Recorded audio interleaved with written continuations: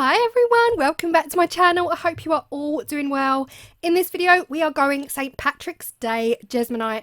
We are using a marbling technique. We're also going to be applying some vinyl and we are piping some shamrocks into the coasters. Let's go.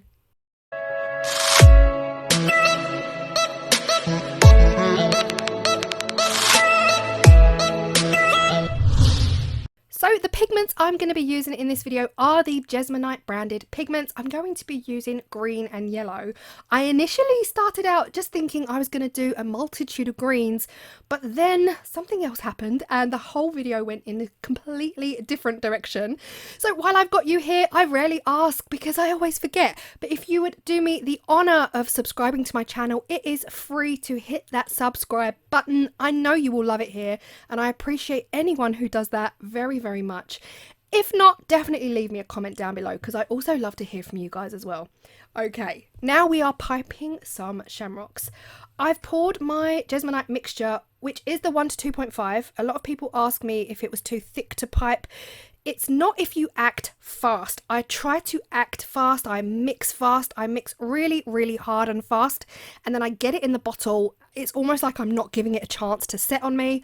But then that's where the heart palpitations kick in and I'm like, you better pipe fast, Claire, because this is going to set.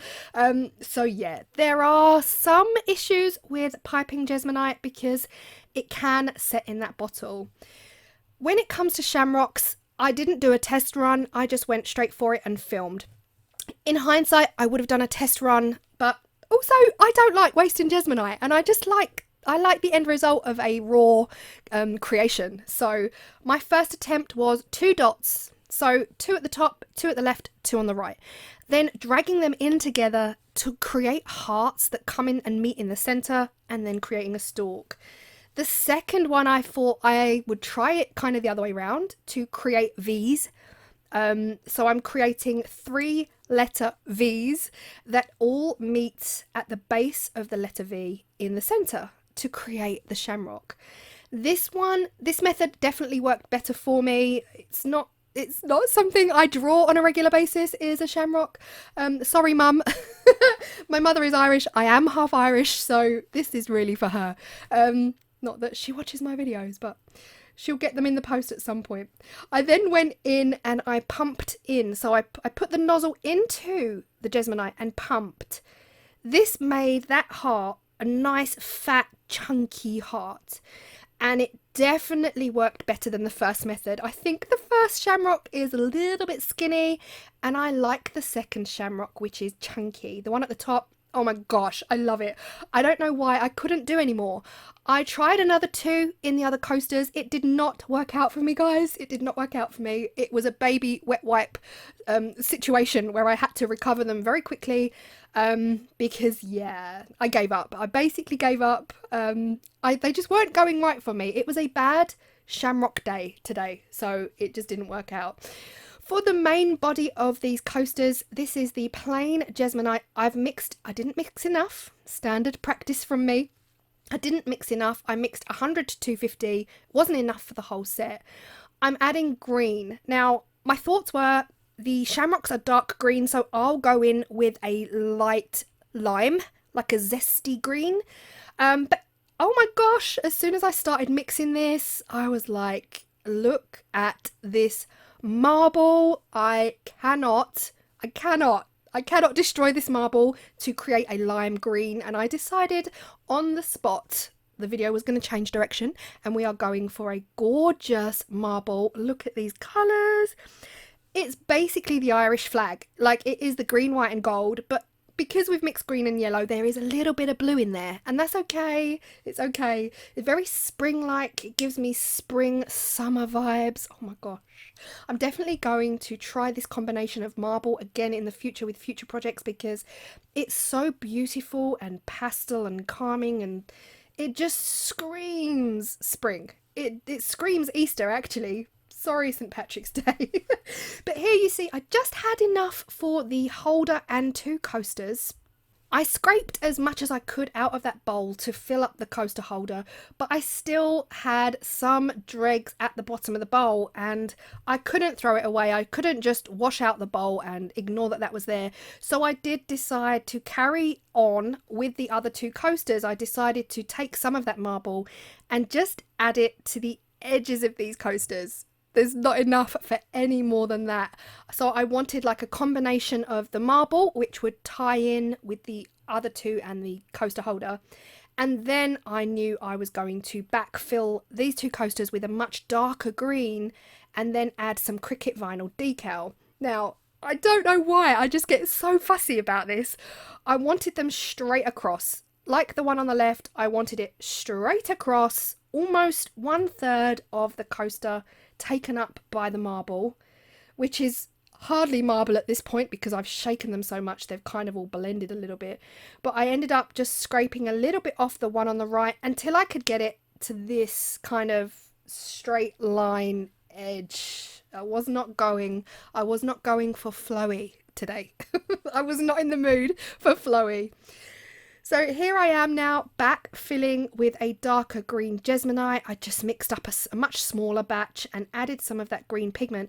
This green pigment is so, I want to say pigmented, but that's a terrible sentence, isn't it?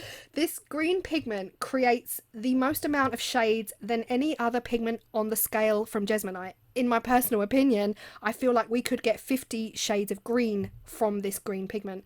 So this is not your green, grass green, you know, it's a gorgeous, warm green. And look at this. This is 30 minutes later. If you are new to Jesmonite, this is just 30 minutes after pouring. We are demolding and we have, oh my gosh, this is the one time when we want sweat. We have got dark green sweat lines around those shamrocks and I love it. The one I'm holding right now is this shamrock that I wish I could have got in the other one, but I just couldn't. I couldn't do it. And here we are with the kind of third marble and 2/3 dark green, and these are the two that I decided I want to put cricket decal on. And even though, you know, even though all four coasters aren't the same, it's nice that we've got this kind of matching yet mismatching set to all go in the one. I really like that. I'm kind of glad now that I couldn't do a third shamrock properly. The struggle was real. I did try, but yeah, it wasn't the day to be piping shamrocks. But the coaster holder has come out beautifully. It's got this gorgeous subtle marble with the colours and I'm loving how spring-like it is. I sand straight away. This is a question I get a lot. How quickly afterwards do you sand? Now, the instructions really do say to wait 24 hours to sand. I just don't do that. And it's not because I don't like following rules. It's because it doesn't work out for me. It's so hard. After 24 hours, Jesmonite is as hard as you could ever possibly imagine. And sanding it is harder. So for me, I like to sand immediately to get the backs off, get those sharp edges off. I didn't overfill the molds, so there's always a lip on these coasters.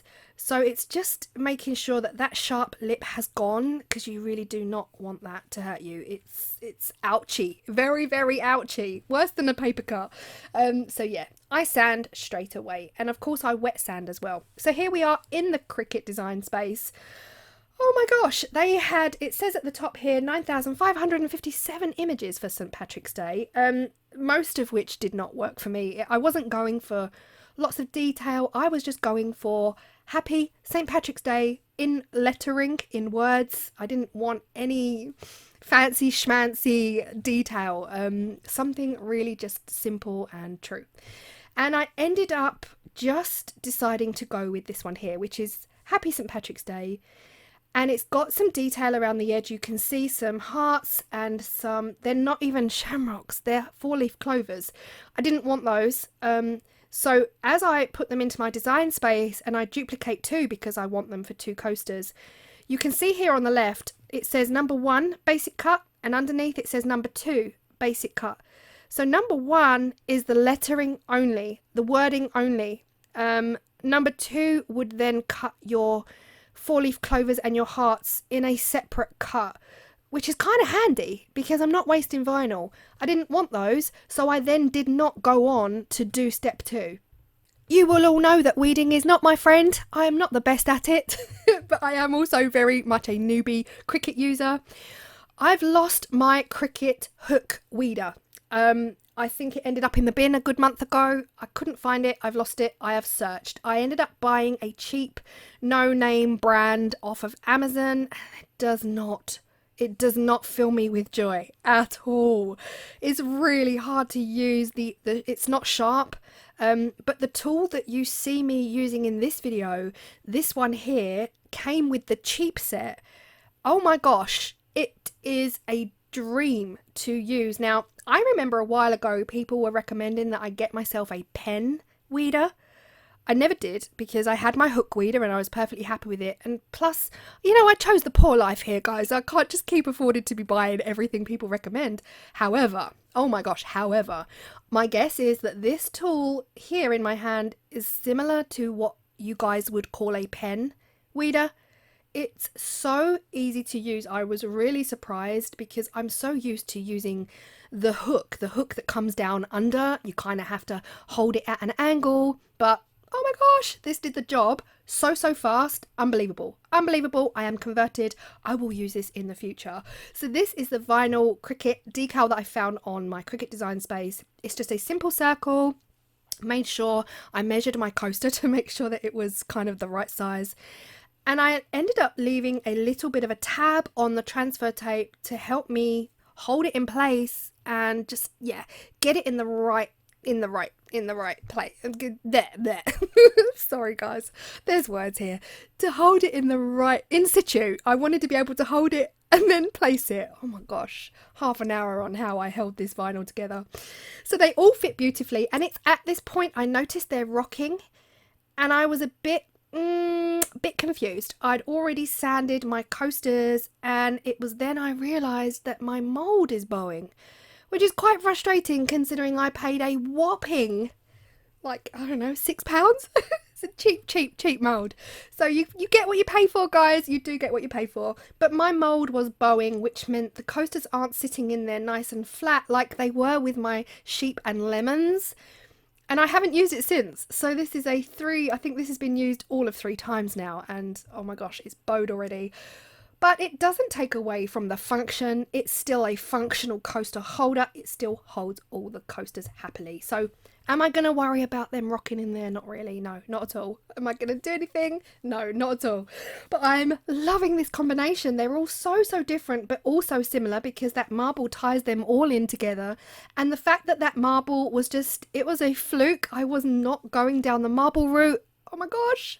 That shamrock, this shamrock, this one is my favourite. The way the marble has acted, some of that dark green ended up not blending at all by that shamrock. And oh my, yeah, I'm in love. I'm in actual love. Let me know your thoughts on the whole collective as a set, as a whole piece. They're all so different, but I love the fact that they all belong. Yeah, they all belong. They all work. I really love them as a piece. So just to let you know that I did wait 24 hours after pouring. I left them 24 hours to completely dry out before I added the vinyl detail. Once I've added the vinyl detail, I will go in with the acrylic sealer for the Jesmonite AC100.